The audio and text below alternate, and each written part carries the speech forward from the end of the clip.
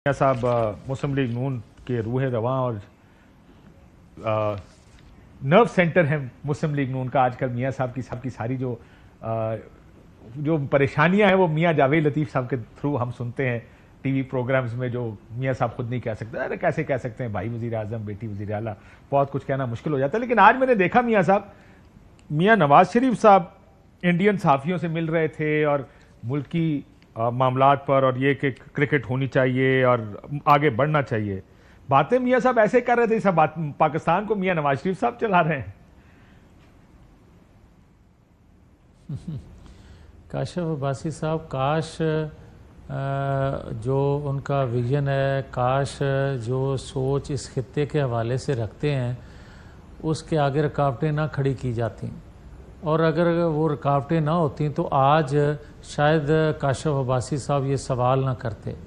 और काश, मैं समझता हूँ कि ये होने नहीं दिया जाता कि जो आवाम जिस पे एतमाद करती थी उसी को पॉलिसियाँ बनाने दी जाती, तो आज पाकिस्तान और इंडिया की जो सूरत हाल है वो बेहतर होनी थी। लेकिन मेरा सवाल सर ये था कि गल एंज की थी मियां साहब ने, जिसका पाकिस्तान इस वक्त मियां साहब ही चला रहे हैं, वो मेरा ख्याल है कि इसीलिए कम पर्दा स्क्रीन पर नजर आते हैं, क्योंकि मियां साहब ने पता कि कितना मामला तय हुआ। छोड़े इस बात को, ये बड़ी अलग बहस है। कितना मामला तय हुआ मियां साहब? तरमीम होने जा रही है, JUIF के साथ होने जा रही है, उनके बगैर होगी? देखें, मौलाना फजल रहमान साहब के बगैर तो मेरा नहीं ख्याल कि तरमीम करवाना मुमकिन होगा। और सर मुमकिन तो होगा, आप मुमकिनात की बात करें, वैसे फैक्ट की बात कर रहा हूं। आज ही कामरान मुर्तज़ा साहब ने अपनी पार्टी के प्रेशर्स का जिक्र किया है, एमल वली साहब ने दूसरे प्रेशर्स का जिक्र किया। सुन लें, मुझे लगता है कि आपकी पार्टी उस एक सिनारियो में तरमीम की तैयारी कर रही है जिसमें मौलाना आपके साथ ना हो। क्या कहा कामरान मुर्तज़ा साहब ने, सुन लें। इस बहन को, इस बच्ची को कंट्रोल किया जा रहा है सर, तो मामला सीधा नहीं होगा सर। इसकी आंखों में आंसू थे, और अगर मैं उसके साथ शायद 2 मिनट और खड़ा होता तो मेरे अपने आंखों से आंसू गिर जाते। हम सारे आपको वोट देने के लिए तैयार हैं, मगर इस तरह से वोट नहीं देंगे, इस तरीके से वोट नहीं देंगे। तो मेरी पार्टी के लोगों को भी जो है ना इसी तरह से जो है ना वो कहा भी जा रहा है, धमकाया भी जा रहा है, और गालियां भी दी जा रही हैं। ये आपके तादी हैं। अख्तर जान मेंगल की ट्वीटें आप देख चुके हैं। कल वो पाकिस्तान में देखा, कहीं पर पाकिस्तान शायद तशरीफ ले आए कल, उनके लॉजेस में पुलिस पहुंच गई। आपने और भी देखा कि जैन कुरैशी की अहलिया को उठा लिया गया कल रात को। सो लगता है कि बड़े नंबर की तैयारी हो रही है। ये वो 2-3-4 वाला काम नहीं है मौलाना के साथ जो हो सकता है। काशिफ अब्बासी साहब, अगर तो जो आप कह रहे हैं ये हकीकत हो, तो ऐसी तरमीम के कभी भी मुस्बत असरात रियासत पे या कौम पे या आने वाली नस्लों पे अच्छे नहीं हो सकते।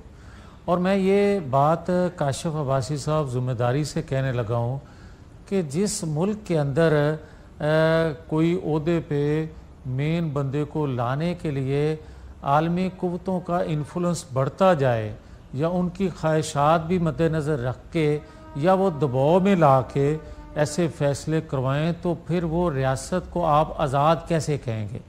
फिर आप मुझे ये बताएं। तो सर इस मुल्क में तो ऐसे ही होता रहा ना, कोई किसी को सऊदी अरब लाता रहा, किसी को अमेरिका लाता रहा, किसी को कोई लाएगा। ये मुल्क तो ऐसे ही चलता रहा है। ये तो यही होता था 2008 में कि अगर आपका बंदा आएगा तो हमारा बंदा भी आएगा। आप भी जानते हैं, हम भी जानते हैं। तो इसमें अब आपको हैरानगी किस बात पे कि साड़ी आज तक ठीक है, किसी को होरना नहीं होना चाहिए था?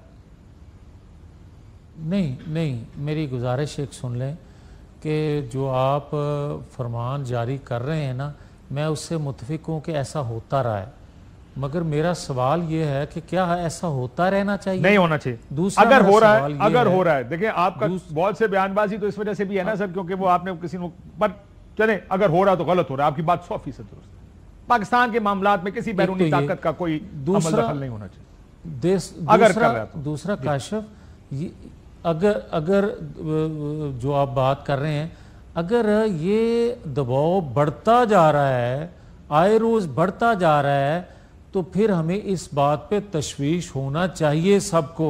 ठीक है। उसकी वजह यह है कि जिनको फिर लाया जाता है और जो लाने वाले होते हैं, उनके मफादात का तहफ़्फ़ुज़ फिर रियासत की बजाय ज़्यादा किया जाता है। اور جب ان کا تحفظ زیادہ کیا جاتا ہے تو پھر پاکستان گرداب میں پھنستا ہے.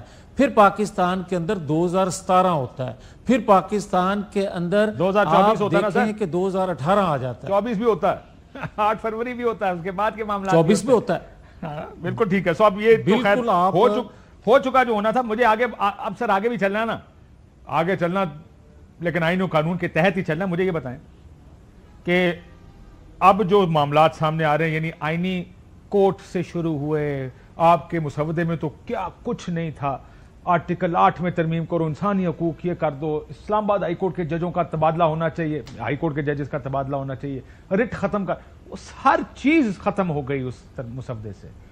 بینچ بن جائے, ایک آئینی بینچ بنے جس کو ایک جوڈیشل کمیشن بنائے, اور اب معاملہ سنا یہ ہے کہ چیف جسٹس آف پاکستان کی تعیناتی کیسے ہو. سو اب بات ادھر ہی آ گئی ہے جدھر سے شروع ہوئی تھی کہ کسی طرح کچھ راستے روکنے ہیں. جن کو لانا تھا وہ تو معاملہ لگتا ہے ختم ہو گیا ابھی تک, کیونکہ مجھے اب بھی یہ لگتا ہے کہ اگر تو ترمیم پر سب راضی نہ ہوئے تو جو ترمیم ہو سکتا ہے ایونچولی منظور ہو وہ سے بڑی مختلف ہو جو مسودے ہمارے سامنے چل رہے ہیں, پھر وہ کہیں گے پھر ہم سارا کچھ کر لیتے ہیں. یعنی اب حکومت کہہ سکتی ہے یہ کہ اگر پھر اب مولانا نہیں ہے تو پھر ان کی مرضی کی ترمیم کیوں ہو, یہ ممکن ہے یہ ایسا ہو. لیکن کیا اسی طرف معاملہ جاتا نظر آ رہا ہے آپ کو جو شروع میں آپ اچیو کرنے نکلے تھے؟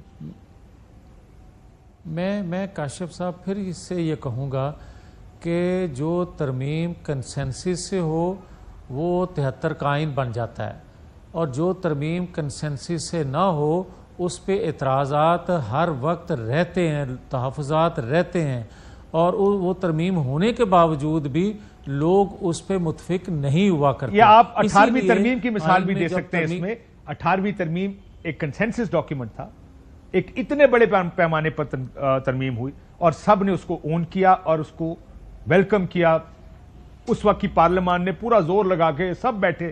تو آپ کی بات بالکل 100% درست ہے. 73 کے آئین سے زیادہ ریلیونٹ میرا خیال ہے وہ مثال ہے جب آپ سب نے بیٹھ کر اسی پارلیمنٹ نے جو یہ ابھی کی لیڈرشپ ہے ایک 18ویں ترمیم کی تھی.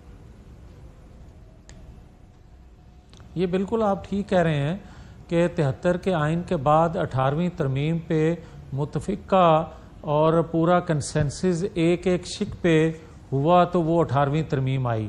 کاش یہ ترمیم جو ہے ایسے ہی آئے تو اس پہ قوم بھی خوش ہوگی اور آنے والے وقت میں اس کے مثبت اثرات آئیں گے. اب میں ایک بات جو کہنا چاہتا ہوں, جو آپ نے خود بھی کہی کہ کوئی جانے والے کو روکا نہیں جا سکے گا, آنے والے کو روکا جا رہا ہے, تو میری ایک گزارش ہوگی کہ اگر ہم شخصیات کی بجائے اگر ہم جو قانون بن رہا ہو, جو ترمیم لائی جا رہی ہو, اگر اس پہ بات کریں تو میرے خیال زیادہ اچھا بھی اور آسان بھی ہوگا.